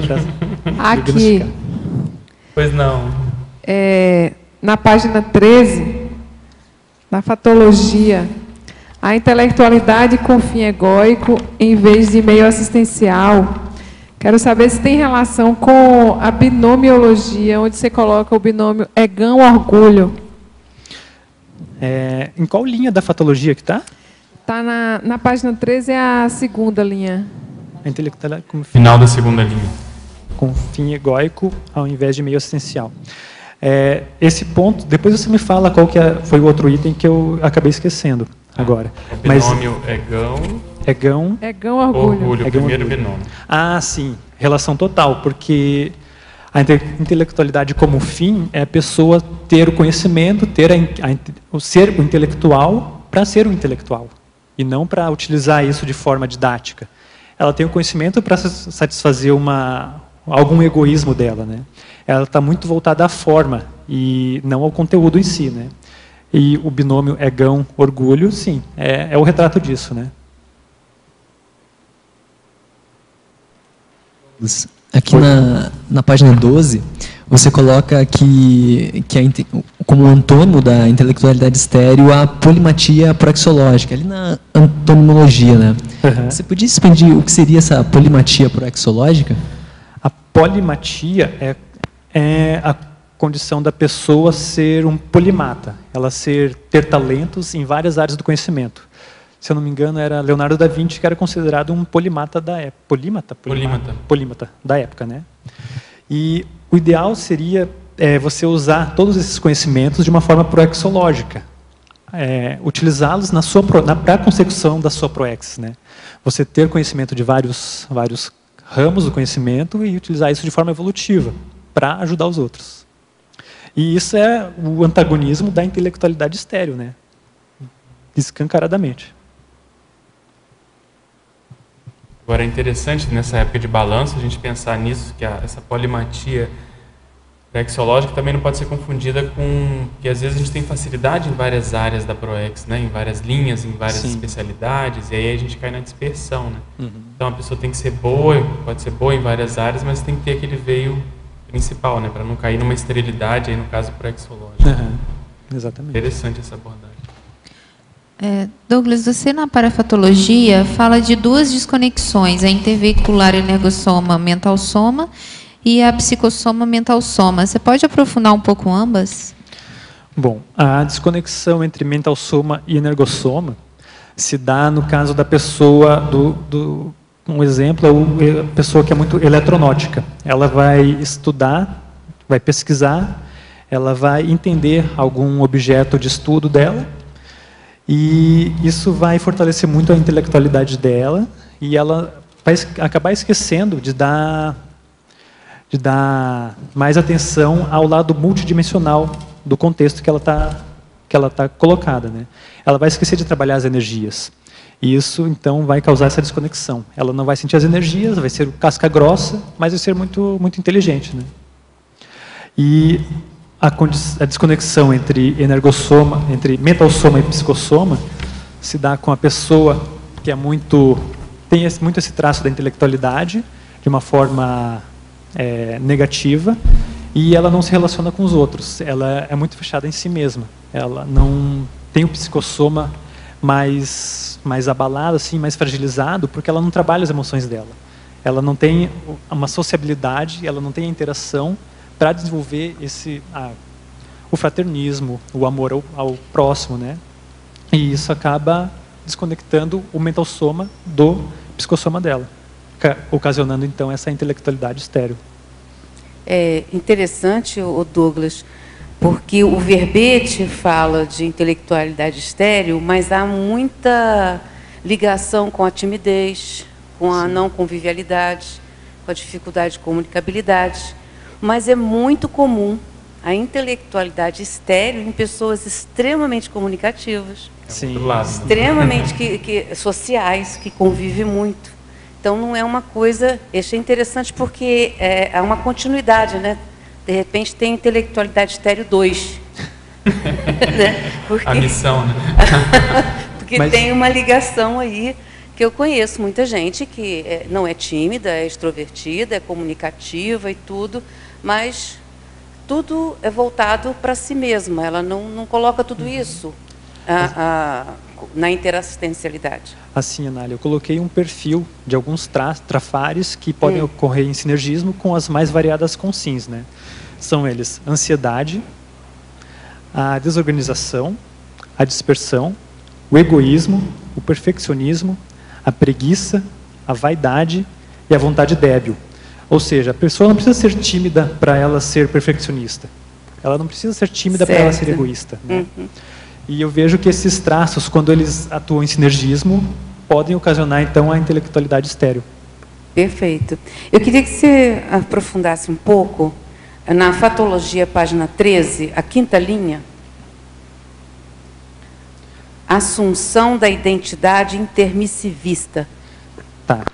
Esse item aqui, se você vê os itens anteriores a ele, eles são muito nosográficos, né? Tem a mini-volição, o poliglotismo inútil, a prova de orgulho.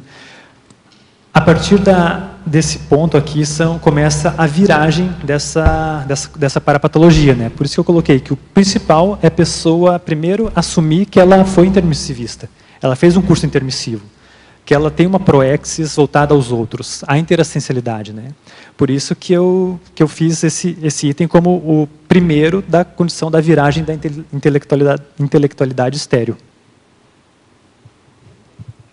Douglas, na fatologia, gostaria que você comentasse, na 5ª linha de baixo para cima, o medo de participar da prova geral da conscienciologia devido a possível heterojulgamento. Bom, se a gente pegar todo esse arcabouço que eu comentei de autoimagem, de se colocar num pedestal, de ser o bambambam, mesmo que seja na teoria da conscienciologia, todo ano, não sei se todo mundo sabe, mas existe a prova geral de conscienciologia, né? Que é em dezembro, as pessoas... Quem se prontifica a fazer, o voluntário que se prontifica a fazer, vai no CEA, que ele voluntaria, e pede, eu quero fazer essa prova. Aí vai chegar uma prova com 100 questões a respeito de verbetes, da tertúlia, de alguns assuntos de mini-tertúlia, sobre conscienciologia, né?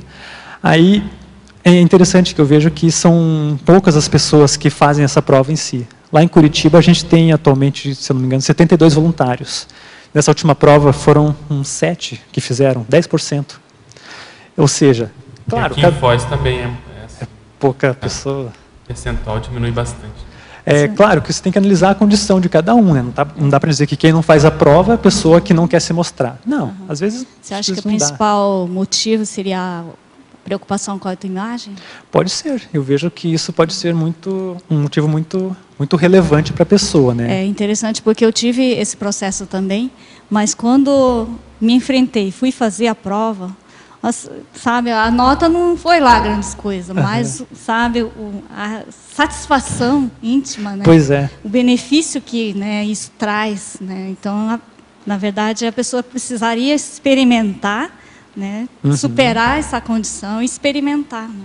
Porque a prova vai medir o nível teórico de conhecimento que você tem em alguns assuntos. E uma forma de autoexposição, inclusive tem relação com o paradoxo que eu coloco. Às vezes a pessoa se sente mal por não fazer a prova, mas depois que ela faz, ela vê os benefícios. Exatamente, o mal que a pessoa passa por não fazer. Muito pior do que... E é uma oportunidade, porque muitas vezes a gente... Né, é uma oportunidade, é uma pressão externa que é positivo para você se preparar, estudar e qualificar teu conhecimento. E o Holopensene se cria, né, de curso intermissivo, da reunião das pessoas ali naquele processo potencializando aquela saturação lopecênica que tem, é indescritível. E outra questão que não precisa ser voluntário, né? Pode ser qualquer pessoa. Tem outro ponto interessante também da prova, é que cria um clima de bom humor muito legal depois, né? Tem as pérolas da prova também, né? As viagens na maionese. Eu fui autor de algumas pérolas, com certeza. E eu fico imaginando, nossa, o que será que a pessoa que vai corrigir a prova vai pensar disso, né? Porque, nossa, eu viajei ali, mas eu não queria deixar em branco. Aí a gente começa a conversar com os outros a respeito disso, dão risada, comentam o que colocou também, e assim criam toda essa predisposição. Né? E o bacana é que, como qualquer prova, a pessoa nunca mais esquece aquele conceito, né? Que às vezes ela nunca tinha ouvido falar, ou não conhecia, ou tinha uma noção diferente, e ela depois aprende para sempre, né? Fica com aquela informação fixa. É o melhor que tem, eu também acho. Quem mais? Diga. Dia, tá ligado? Na página 14, eu queria que você expandisse um pouco mais aqui a inteligência evolutiva evidenciada pelo trinômio CPC, MPP e FEP, né? Tá. A inteligência evolutiva é um trafal ou um traço que ainda está muito pouco desenvolvido na pessoa que tem a intelectualidade estéril. Ela tem inteligência, mas ela não é evolutiva, né? A partir do momento que ela vivencia, ela cria um código pessoal de cosmoética, inclusive eu coloquei na códigologia, que é a falta de teática do código pessoal de cosmoética e a necessidade de atualização do CPC. A partir do momento, então, que ela cria essa inteligência evolutiva, ela vai desenvolver um CPC para ela atuar, e através das prioridades evolutivas que ela está vendo naquele momento, né? Por isso tem o manual das prioridades pessoais. Pessoais porque são da pessoa, né? Não basta dizer, o prioritário atualmente aqui na CCCI é escrever, então eu tenho que colocar como escrita. Pode ser, mas provavelmente esse travão escrita vem de alguns traços que você tem que trabalhar também, né? Aí isso vai combinar com a tua FEP, a ficha evolutiva pessoal. Porque a condição da intelectualidade estéril, ela é anticosmoética. Você concorda? Que a pessoa tem o conhecimento, mas ela não passa para frente. Ela é egoísta. Quando você faz essa viragem, você acaba contribuindo para a tua ficha evolutiva pessoal. Aí, possivelmente, você vai fazer um curso intermissivo mais avançado, vai ter uma proexis mais interessante, assim, numa próxima vida, né? Seria esse o trinômio. Agora, Douglas, você acha que na CCCI existe essa síndrome de modo geral ou de algum percentual da intelectualidade estéril? Olha, eu vejo que sim, que existe sim, e inclusive eu não estava aqui quando foi comentado, mas o professor Valdo trouxe sobre a marasmologia, né? Que um serenão italiano disse para ele que o pessoal tem que produzir mais. Então eu vejo que tem sim essa relação, né? Aí cabe a cada futuro autor aqui da CCCI, se fazer autopesquisa e fazer essa viragem dessa síndrome. Não sei se todo mundo acompanhou, mas essa é uma abordagem interessante. Quer dizer, vem uma consciência mais avançada, faz uma observação, uma auditoria, alguma coisa assim, e percebe que a gente está num subnível maior, principalmente nessa condição escrita. Nesse ponto, é anticosmoético essa posição com o professor Valdo, né? O professor Valdo, ele é o representante que a gente tem aqui. Chega uma consciência mais evoluída, ela vai falar com o professor Valdo, ver como que está. Aí chega, e aí, Valdo, o pessoal não está escrevendo? Pega mal, né? Não é por falta de falar e dar o exemplo, né, da parte dele, mas... Alguém ia comentar? Aqui no B. Pois não. Uma curiosidade, Douglas. Na argumentologia, sim, o travão, desculpa aí um pouquinho, da família. Você poderia falar um pouco da sua história? Número 4. Número 4, né? A influência da família nuclear ocasionando a manutenção da zona de conforto pela evitação do debate etarístico, a fim de manter a suposta harmonia do lar. É aquela condição que eu comentei, né? Muitas vezes existe uma pessoa que é responsável pela tomada de decisão dentro de um lar, dentro de uma família, e essa pessoa ela é muito positiva, muito enérgica, e ela acaba engolindo os outros, se sobrepondo aos outros. Aí a pessoa, os outros, no caso, né, os filhos, a mulher, ou talvez até o marido, acabam não tendo como ir contra essa pessoa. Aí isso acaba ocasionando, dificultando atares, né, para essa pessoa, assim. Eu vejo também, por exemplo, dentro de uma família tem alguém que tem uma doença. Aí todo mundo sabe que essa pessoa está doente, mas ninguém fala para essa pessoa. Isso acaba gerando um clima muito estranho, né? Porque hipocrisia, né? Uma hipocrisia, exatamente. Agora, isso às vezes é inconsciente, né? Essa superproteção pode ser sem querer, que eu quero dizer, o jeitão da pessoa inibe as outras, né? Às vezes, talvez não é nem o momento de você expor isso para outra pessoa, mas você começar a dar o primeiro passo, né? A mostrar que você pode tem o seu posicionamento também, que é diferente, que um esclarecimento, pensar em conjunto é melhor que pensar sozinho, né? Parece a segunda guilhotina, né? É o retorno. Douglas. Oi. O item 8 dos travões é perfeccionismo, a cogitação da finalização de algum produto intelectual de autoria própria, apenas quando a perfeição for atingida. O que eu estou querendo saber, o que eu gostaria de saber, como é que você conseguiu lidar com isso, porque eu não sei até que ponto, qual é o limite, entendeu, do perfeccionismo e do detalhismo. Porque eu estou numa experiência de escrita bem complicada. Já aconteceu de eu escrever 30 páginas do meu livro e jogar na lixeira. Não jogo fora não, porque pode ter alguma coisa depois que me sirva. Então, eu tenho dentro do meu HD, dentro do arquivo livro, um arquivo lixeira, onde eu ponho as coisas que pode ser útil depois, mas agora não é. Então, naquele momento, aquilo estava perfeito. Quando eu fui ler o livro todo, quer dizer, o que já existe dele, eu vi que estava deslocado, aquilo não tinha nada a ver. Aí eu fui, joguei fora. Então, voltei 30 páginas atrás. Então, como é que a gente faz para ver até que ponto é perfeccionismo e até que ponto é detalhismo? Olha, isso que você comentou sobre o detalhismo é chave para você fazer o cotejo com o perfeccionismo, né? A pessoa que é muito perfeccionista, por exemplo, ela vai escrever um e-mail para um amigo dela, aí ela escreve 2 parágrafos, aí ela relê, vê, não, eu poderia ter usado palavras melhores ali. Eu apago o primeiro parágrafo e escrevo de forma diferente. Aí eu vejo que as ideias que eu coloquei antes, nesse primeiro parágrafo novo, aí já não encadeiam com o segundo parágrafo. Aí eu reescrevo, aí eu analiso de novo, ou seja, é uma perda de tempo enorme, né? A pessoa que é muito perfeccionista nesse sentido. Nesse ponto, Anália, eu vejo que você se predispor a uma heterocrítica pode ajudar bastante. Você pedir para outra pessoa analisar o teu material. Ver se existe um encadeamento de ideias, se faz sentido as 30 páginas, se elas não vão fazer falta, se pode complementar de uma forma melhor, né? É interessante porque é exatamente isso que eu estou procurando agora. A Unescom, aqui, da CCI, é uma instituição conscienciocêntrica que dá dessa assistência no primeiro fim de semana de cada mês.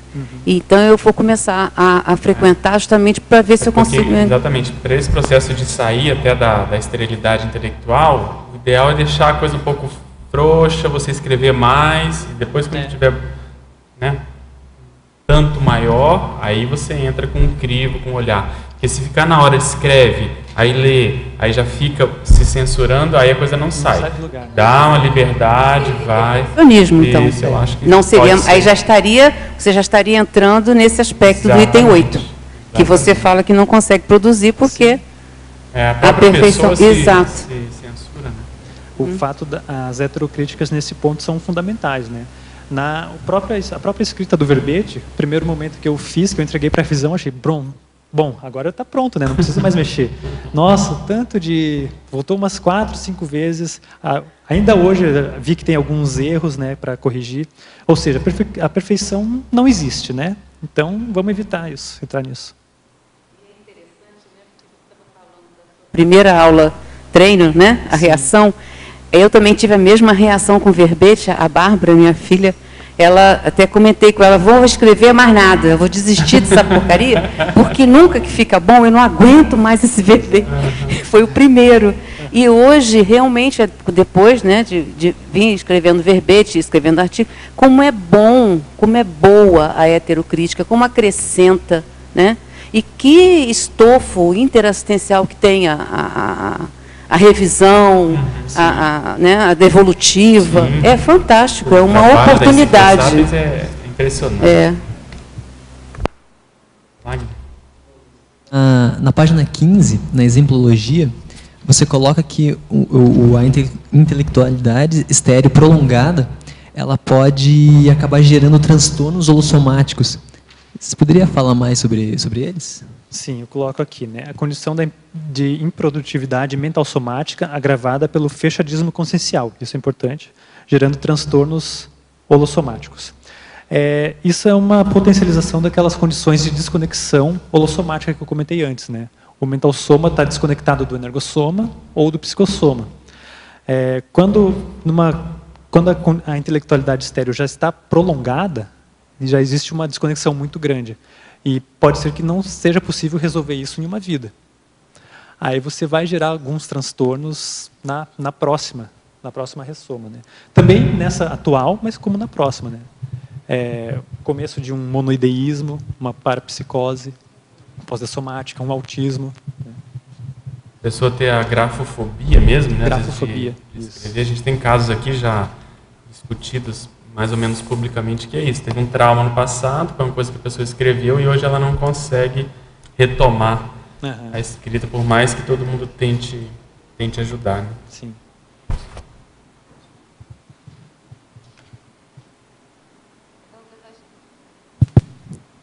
Eu acho que seria interessante você também abordar um pouco como a sua condição hoje, agora assim, além da questão da escrita, né, mas da convivência com os outros também, o que mudou na sua convivência com os outros e na sua postura interassistencial.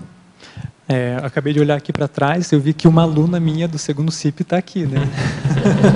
A Daiane. Veja, ela fez o CIP e aí decidiu fazer o balanço, né? Inclusive trouxe o marido, né? Então, bem bacana. O que mudou hoje, assim, na minha relação com os outros, principalmente a conscienciofilia. Eu me interessar mais pelos outros, eu saber como que os outros estão, me dispor também a fazer assistência, a ouvir os outros, né? A fazer uma predisposição ao diálogo mesmo, ter mais amigos, né? Eu vejo que isso agora é um crescendo. Eu comecei, aí eu rompi essa barreira, agora eu tô colhendo os frutos disso. Agora você pode dar o seu relato também? Da sua pergunta. Mas o que você viu aí nesse processo todo da mudança, da muito condição? Clara, a mudança está bem clara. O fato dele estar aqui hoje defendendo o verbete já deixa, né, isso muito exposto. Essa mudança fica muito clara aqui hoje.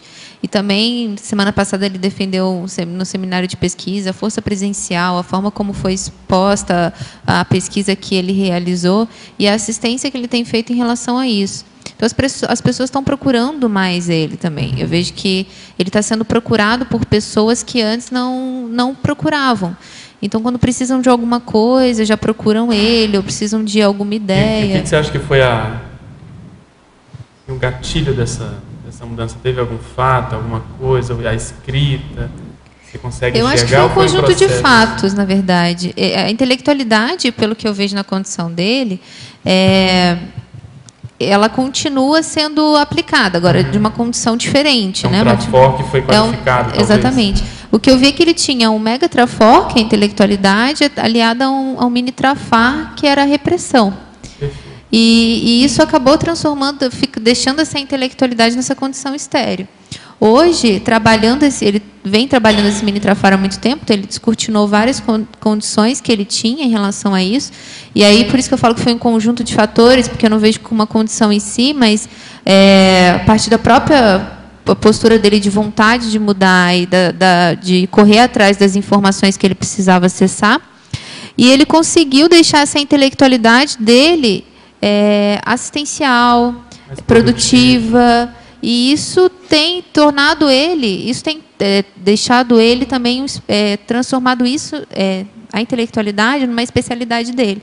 Então, quando as pessoas querem falar sobre questão voltada para a intelectualidade, já procuram ele, já querem conversar com ele. Pouco a pouco ele vai polarizando nesse aspecto. Dentro disso. Uma condição bacana de entrar nesse ritmo sair de qualquer tipo de doença, que às vezes a gente, quando está na doença, a gente não percebe o próximo passo que a gente teria que assumir. Então a gente fica naquela condição e não percebe. Quando a gente começa a caminhar na ProEx, a gente vê que a besteira que era ficar nessa doença, porque tem outros patamares para serem assumidos, né? Então a coisa realmente tem que caminhar, de verbetógrafo para autor, entende? Dentro da escala evolutiva, tudo isso tem que caminhar. Então não adianta a gente se contentar com pouco. Né? Agora eu acho, Douglas, que você ficou um pouco estigmatizado com esse assunto. Você não vai mais poder ser estéreo nem homem de um verbete só. Então nós vamos esperar aqui mais verbetes, tá certo? Mais produções, mais contribuições mentais somáticas, tá bom? Ok. Queria te agradecer, meus parabéns, foi ótimo, a gente vai esperar os próximos. Obrigado. Agradecer a presença de vocês, os teletertulianos e os nossos comerciais, por favor. Obrigado. As pontuações da tertúlia de hoje foram 63 assinaturas no livro de presença, 27 perguntas presenciais e 27 perguntas respondidas online.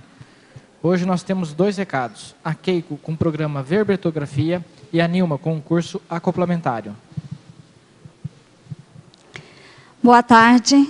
A Enciclo Sapiens convida os tertulianos e os teletertulianos interessados em participar da enciclopédia da Conscienciologia, a partir da escrita e defesa do seu verbete, a se inscreverem no programa Verbetografia.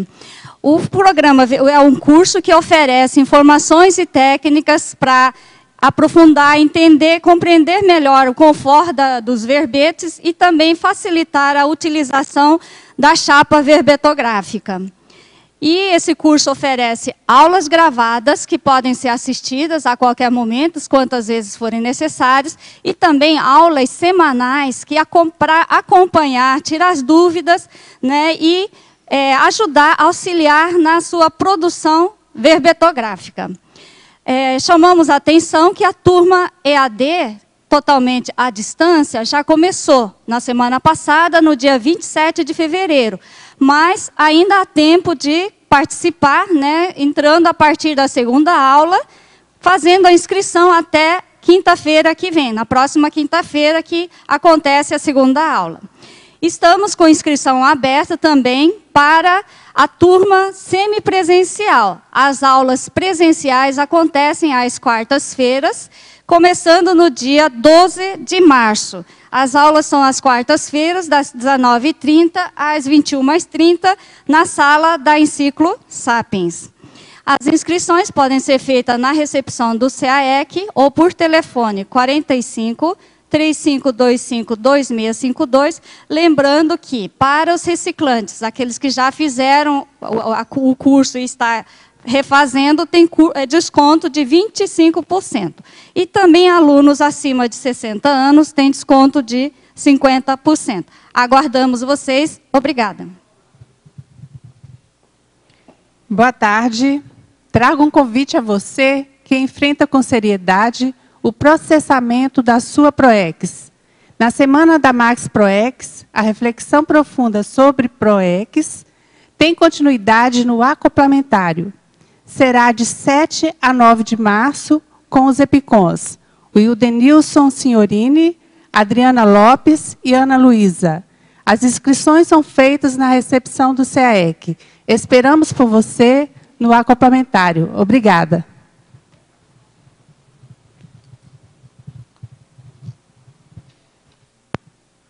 Para amanhã, teremos o verbete Culto à Beleza Somática, especialidade Somatologia, e com a verbetógrafa Patrícia Mello. Muito obrigado e boa tarde a todos.